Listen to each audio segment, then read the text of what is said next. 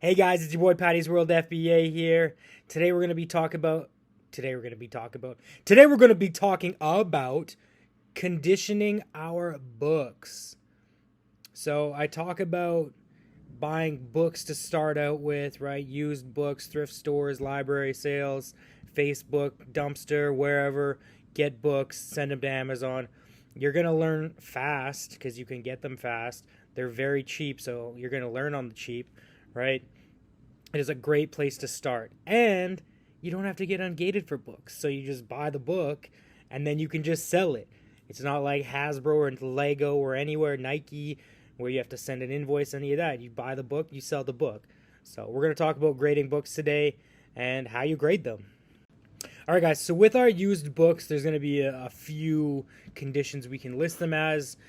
There's going to be new, there's going to be like new, there's going to be very good, good, acceptable, and then unacceptable. And you don't list unacceptable books because they're unacceptable, right? That just makes sense. All right, guys, so what I'm going to do is I'm actually going to read this off of the Amazon website. This is under Marketplace Item Condition Guidelines. So this is exactly as it says on Amazon, how to condition your books. I'm not going with what I think, or this is what Amazon says. So a new book is going to be just like it sounds. A brand new book, unused, unread copy in perfect condition. So I send in very, very, very few new books. Not only is it hard to find a book in perfect condition, I'm also worried about a book getting scuffed up or scratched or dent or damaged on the way. Book people are a little picky. If you send them a book that is not graded like it says it's graded, right? So very rarely do I do new books, but that's your new book. Like new is an apparently unread copy in perfect condition. The dust cover is intact with no nicks or tears. The spine has no signs of creasing. The pages are clean and are not marred by notes or folds of any kind. The book may contain a remainder mark on an outside edge, but this should be noted in the listing comments. So, a remainder mark, a lot of people have not heard of this. A remainder mark is going to be a little dot or a line on a book. And my understanding is it's a book that was basically overprinted. There's not enough demand. They're clearing it out, so they're getting rid of it. So what they'll do is they'll bulk sale like a million books to whatever, Winners or something. And what they do, you've got a book here, is they're going to take a permanent marker and they're going to put a line or a dot right here or right here. So if you are looking at books, always check for remainder marks. That is super important. You want to make sure that it doesn't have it, especially if you're trying to list it new, because if you send a new book in with a remainder mark, you're getting in trouble, right? I personally will never list a remainder mark as like new. It's just something that, I don't know, it's to each their own. Like I said about book people, they are kind of picky. They're also some of the best reviews you're going to get. Book people leave a lot more reviews than Lego people, right? They leave more. I've had more book reviews than I've had any other review. So books are very good for reviews. Always try to downgrade. Remember remainder marks. Always look for remainder marks. Next, guys, we have very good. So this is a copy that has been read but remains in excellent condition. The pages and dust cover are intact and are not marred by notes or highlighting. The spine remains undamaged. So always check your books. Always give it a little flip through, right?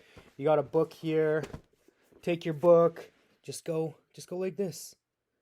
Just look for through the first 30 pages, because that's usually where people stop reading books, But go through all of it. I'm just, it's a joke, but it's true. I'll even put in my condition notes and be like, highlighting up until page 87. So people know. But always look through there. Condition notes, super, super important. Make sure you're always putting it as accurate as you can. After very good, guys, we have good. So this is a copy that has been read, but it remains in clean condition. All pages are intact, and the cover is intact, including the dust cover. So no dust cover. don't put it as good. I never put it as good. If there's no dust cover, it goes acceptable. The spine may show signs of wear.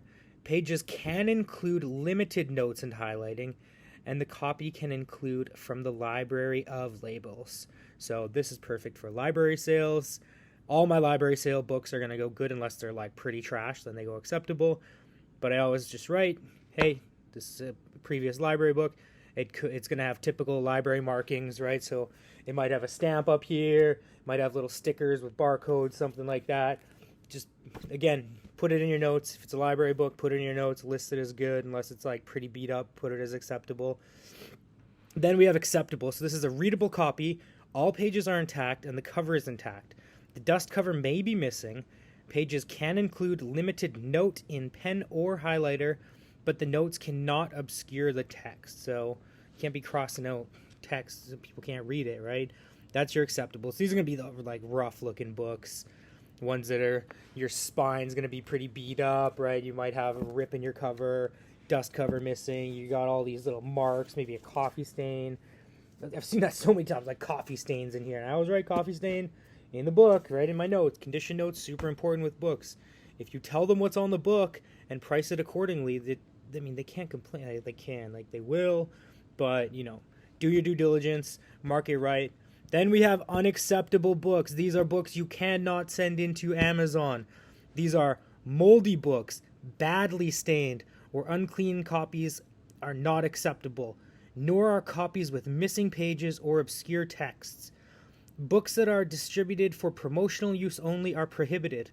This includes advanced reading copies, ARCs, and uncorrected proof copies of in-print or not yet published books. That's good to know. I've actually never read that. Don't sell advanced reading copies or proof copy or uncorrected proof copies. I might have done that in the past. But okay, we won't be doing that anymore. So that's what it is, guys. Those are your book condition notes. Like I said, that's on the Amazon website. They also have like collectible books and music and videos, DVDs, video games, electronics, right? They have like everything. They give you condition notes for all this stuff, but books are what we focus on to start. So that's what we're going to talk about today. So when you guys are doing books, like I mentioned, the most important thing is getting your condition notes right? If your book has a crease on the front cover, right? I don't know if you guys can see. There's like there in the light. There's some creases on there. I will write creases on front cover, right? If there's something on the back, creases on front cover. If your spine's all beat up, just write it. I use ScanLister for all of my scanning, and you can actually do condition notes, and you can go in and it's like already preset. You just have to click on it, so it's really cool. For books, very good for books. I would recommend it. It's like $50 a month, totally worth it. Saves you a lot of time, saves you a lot of money, saves you a lot of hassle. So always condition your books good.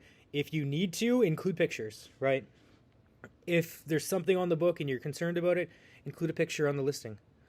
That's all you got to do is just have a little picture, have your description, and then I think this is probably the most important. I think you're better off to do this than not, is downgrade your books. So if you're looking at a book and you're like, man, this looks almost new, like I could sell this as a like new book, just sell it as very good, right? Someone's going to get this very good copy and it's going to be like new, and they're going to be like, man, this is like way better condition. Then they leave you a good review. Reviews are good. You want positive reviews.